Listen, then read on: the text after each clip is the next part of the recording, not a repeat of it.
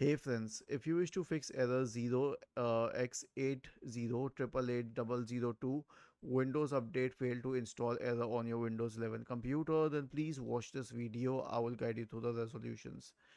So the first solution is obviously to check the internet connection, because if the internet is not working, then nothing else will work. So go to fast.com and hit enter and check the internet connection speed.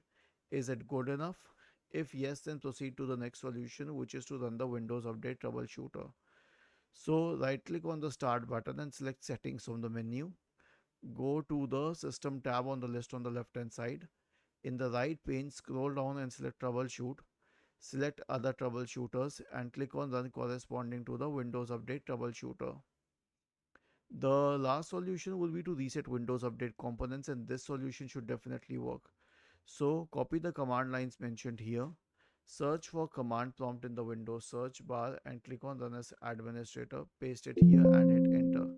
Stop the services associated with Windows updates. Delete the Windows Update profile. Delete the contents of the software distribution and cat2 folders. Delete the DLL files.